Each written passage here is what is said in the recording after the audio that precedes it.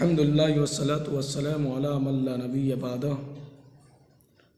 معزز سامعین اور میرے دوستوں اور ساتھیوں، اللہ رب العالمین نے ہر ایک انسان کو فطرت پر پیدا کیا ہے اور ہر ایک انسان کو اپنی فطرت پر ہی رہنا چاہیے۔ اگر اپنی فطرت کے علاوہ دائیں بائیں دیکھنے کی کوشش کریں گے تو آپ گمراہ ہو جائیں گے، صراط مستقیم سے بہت دور چلے جائیں گے۔ آئیے آج آپ کے سامنے ایک بہت ہی اہم ٹاپک رکھنے کی کوشش کر رہا ہوں۔ آج کا ٹاپک ہے یہ 3 کام کرنے والا شخص مردود ہے۔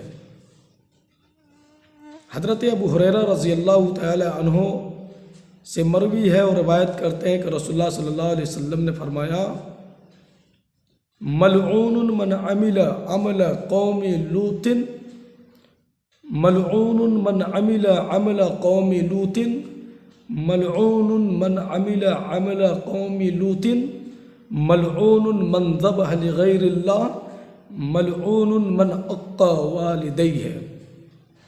اس حدیث کے اندر رسول اللہ صلی اللہ علیہ وسلم نے 3 شخصوں کو ملعون کہا ہے۔ پہلا وہ شخص جو قوم لوط والا کام کرتا ہے۔ 3 مرتبہ رسول اللہ صلی اللہ علیہ وسلم نے کہا ہے کہ قوم لوط والا کام کرنے والا، قوم لوط والا کام کرنے والا، قوم لوط والا کام کرنے والا شخص مردود ہے۔ اب یہ قوم لوط کیا ہے؟ قوم لوط کو جاننے کے لیے ہمیں حضرت لوط علیہ السلام کے دور میں پھر لوٹنا پڑے گا۔ لوط علیہ السلام کے دور میں ایک بہت ہی گھناؤنی برائی پھیلی ہوئی تھی، اور وہ برائی کیا تھی کہ لوگ اپنی بیویوں کو چھوڑ کر مردوں کے ساتھ اپنی شہوت، اپنی خواہش، اپنی چاہت کو پوری کرتے، یعنی غیر فطری طور پر جو فطرتاً نہیں ہونا چاہیے تھا، فطرت کے خلاف تھا، ادھر سے لوگ اپنی شہوت کو پوری کرتے، اپنی چاہت کو پوری کرتے، اور بیوی کے ساتھ ہم بستری نہیں کرتے۔ اگر ہم بستری کرتے تو فطرت کے خلاف ہی کرتے۔ ان پر اللہ رب العالمین کا غضب ہوا۔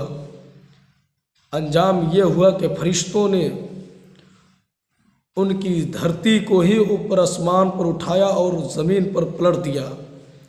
اتنا زبردست سزا ہے، اتنا زبردست عذاب ہے۔ آج تو ہم جنس پرستی کا یہ عالم ہے کہ مرد مرد سے شادی کر رہا ہے، عورت عورت سے شادی کر رہی ہے۔ یہ فطرت کے خلاف نہیں ہے کیا اللہ کا عذاب نہیں آئے گا؟ کیا ایسا کام کرنے والا انسان رسول اللہ صلی اللہ علیہ وسلم کی اس حدیث کے مطابق ملعون نہیں قرار پائے گا؟ رب کے دربار میں اسے دھتکارا نہیں جائے گا تو اور کیا کیا جائے گا؟ جو بھی انسان فطرت کے خلاف جائے گا، اللہ رب العالمین اسے کبھی معاف نہیں کرے گا۔ اس کا انجام یہی ہوگا کہ اللہ رب العالمین اسے دھتکار کر اپنے برگاہ الہی سے نکال باہر کرے گا۔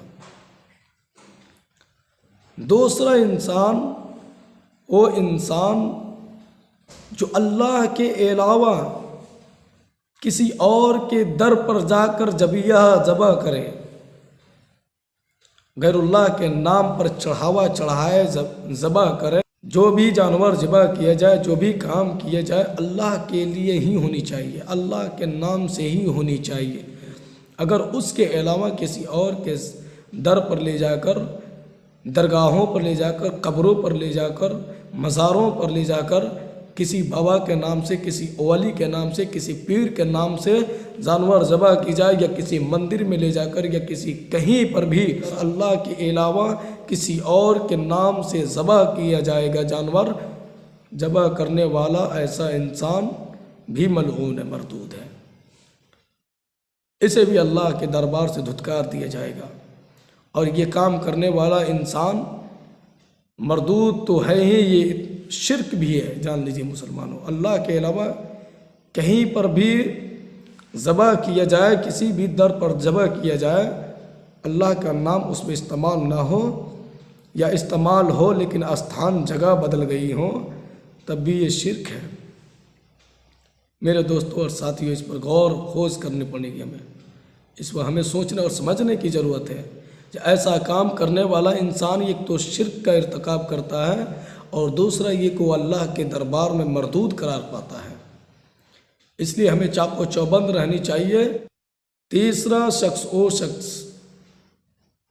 جس نے اپنے والدین کے ساتھ نافرمانی کیا، جس نے اپنے والدین کے ساتھ بدسلوکی کیا، ایسا انسان بھی مردود ہے۔ ہمیں بچنا ہوگا ان تین بڑے بڑے گناہوں سے۔ والدین کے ساتھ نافرمانی کرنا، اللہ رب العالمین نے قرآن مجید میں فرمایا وَقَضَىٰ رَبُّكَ أَلَّا تَعْبُدُوا إِلَّا إِيَّاهُ وَبِالْوَالِدَيْنِ إِحْسَانًا إِمَّا يَبْلُغَنَّ عِندَكَ الْكِبَرَ أَحَدُهُمَا أَوْ كِلَاهُمَا أُفٍّ وَلَا تَنْهَرْهُمَا وَقُل لَّهُمَا قَوْلًا كَرِيمًا۔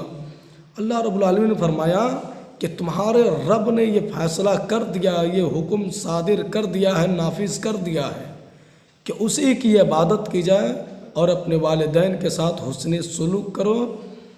اگر ان دونوں میں سے کوئی ایک یا دونوں تمہارے سامنے بڑھاپے کو پہنچ جائے تو تم انہیں اف تک نہ کہو، نہ انہیں ڈانٹو ڈپٹو، نہ انہیں جھڑکو، اور تم جب ان سے بات کرو تو اچھی بات کرو، عزت کے ساتھ بات کرو، اپنی بازوؤں کو نرم رکھو ان کے لیے، یعنی کبھی سختی نہ برتو ان پر۔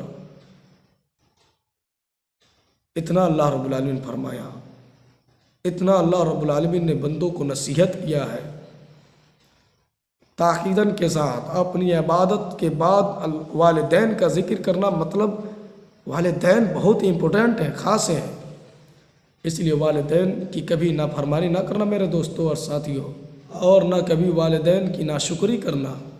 والدین نے جو آپ کے لیے کیا اسے کبھی آپ پورا نہیں کر سکتے، ان کے ایک ایک بوند دودھ کا قرض آپ کبھی ادا نہیں کر سکتے، اس لیے والدین کے ساتھ کبھی سختی سے پیش نہ آنا، بلکہ ان کے ساتھ نرمی برتا کریں۔ دوستو، ایک واقعہ سناتا ہوں۔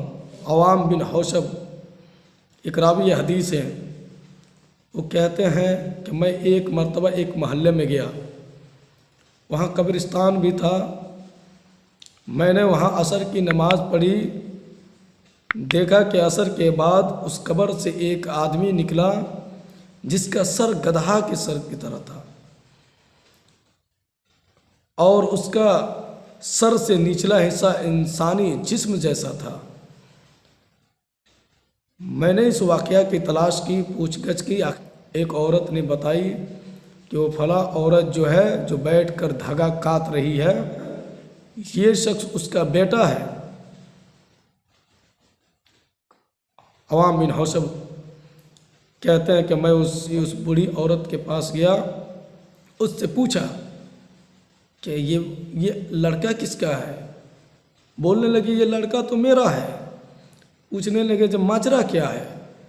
کہنے لگی کہ میرا بیٹا ہے جو ایک شراب نوشی تھا، میں اسے منع کرتی کہ بیٹا شراب نہ پی، شراب مت پیو مت پیو، میں روکتی اور وہ غصہ سے بولتا کہ کیوں تو گدھے کی طرح آواز نکالتی رہتی ہے، گدھے کی طرح بولتی رہتی ہے، بار بار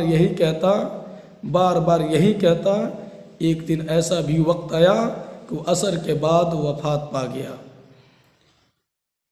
تب سے لے کر آج تک وہ قبر سے عصر کی نماز کے بعد وہ نکلتا ہے اور گدھے کی طرح 3 مرتبہ آواز لگاتا ہے، بولتا ہے اور پھر قبر میں چلا جاتا ہے اور قبر برابر سرابر ہو جاتی ہے۔ میرے دوستوں اور ساتھیوں، اس پر غور کرنے کی ضرورت ہے۔ یہ روایت ضرور موقوف ہے لیکن راوی حدیث بیان کر رہے ہیں، اور اس حدیث کو علامہ البانی نے حسن کہا ہے۔ اس لیے ہمیں غور کرنے کی ضرورت ہے کہ والدین کے ساتھ نافرمانی کرنے کا کتنا بڑا انجام ہے، کتنا خطرناک معاملہ ہے کہ دنیا میں بھی اسے سزا دی جا رہی ہے، دنیا والوں کو بھی دکھایا جا رہا ہے۔ والدین کے ساتھ نافرمانی کرنے والا شخص اس دنیا میں بھی ذلیل و رسوا ہو جاتا ہے اور آخرت میں بھی ذلیل و رسوا ہوگا۔ اس لیے میرے دوستو یہ 3 بڑے بڑے گناہ ہیں، انہیں کبھی نظر انداز نہ کرنا۔ لباطت کا کام نہ کرنا، قوم لوط والا کام نہ کرنا، بدفعلی نہ کرنا، فطرت کے خلاف کبھی نہ جانا، قوم لوط والا ہرگز دوستو کام نہ کرنا، یہ بہت گھناؤنی برائی ہے۔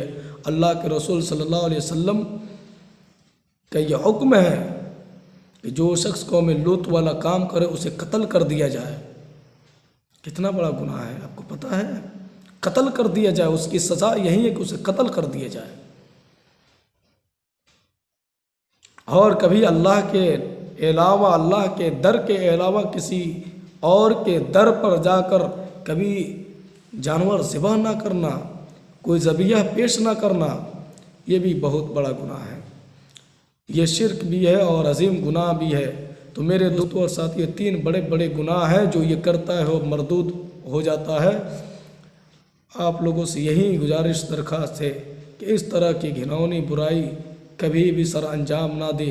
آخر میں اللہ رب العالمین سے دعا گو ہوں کہ العالمین ہم تمام مسلمان بھائیوں کو ان بڑے بڑے گناہوں سے محفوظ رکھ۔ آخر دعوانا ان الحمدللہ رب العالمین۔